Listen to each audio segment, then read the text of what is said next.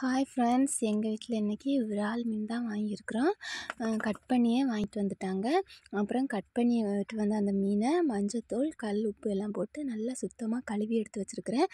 அப்புறம் குழம்பு வைக்கிறதுக்கு தேவையான தக்காளி, வெங்காயம் இதெல்லாமே நறுக்கி வச்சுருக்கிறேன். நறுக்கி பேஸ்ட் பண்ணி எடுத்து வச்சுட்டேன். அதுக்கப்புறமா அடுப்பு பற்ற வச்சு சட்டி காஞ்சோன்னா எண்ணெய் ஊற்றி, எண்ணெய் காஞ்சதுக்கப்புறமா வெந்தயம் போட்டு பொரிஞ்சதுக்கப்புறமா தக்காளி, வெங்காயம் அரைச்சி வச்சுருந்த பேஸ்ட் எடுத்து நல்லா ஊற்றி நல்லா பச்சை வாசனை போகிறது வரைக்கும் நல்லா வதக்கிக்கணும்.